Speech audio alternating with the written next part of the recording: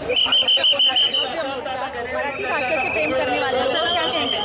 बघा, आज जे मराठी भाषेवर प्रेम करतात, आज यूपी असो, मुसलमान असो किंवा गुजराती असो, मारवाडी असो, जो कोणी आहे आज या मोर्चामध्ये सामील आहे। आज मी म्हणते, गर्वाने म्हणते की मी मराठी आहे, आज स्वाभिमानाने म्हणते की मी मराठी आहे आणि या मोर्चामध्ये मी सामील झाले, हे माझं भाग्य आहे। कारण की ही मराठीच्या अस्मिताची लढाई आहे, म्हणून आज सगळे एकवटलेले आहेत। एक मिनिट मॅडम, नाही असं करू शकत नाही। ऐका, आम्ही शांत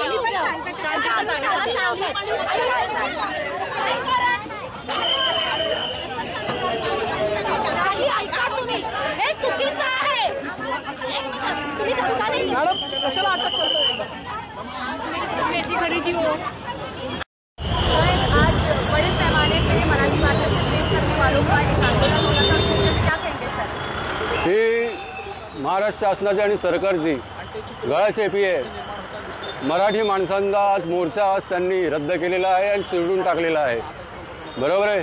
मागच्या आठवड्यामध्ये परप्रांतीयांनी तो मोर्चा काढला, परवानगी न घेता तो चालला। हां, इकडचा आमदार जे करतो ते चालते आणि आज आम्हाला जर का तुम्ही अशी मुस्काटदाबी करत असाल तर याचे परिणाम खूप गंभीर होतील।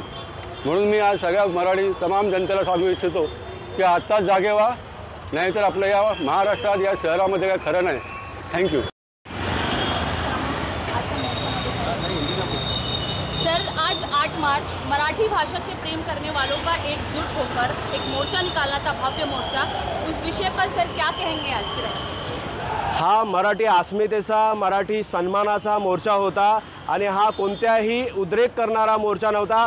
केवळ आणि केवळ मराठी भाषिक, मराठी प्रेमी या ठिकाणी जमा होऊन आपली भावना प्रगट करणार होते।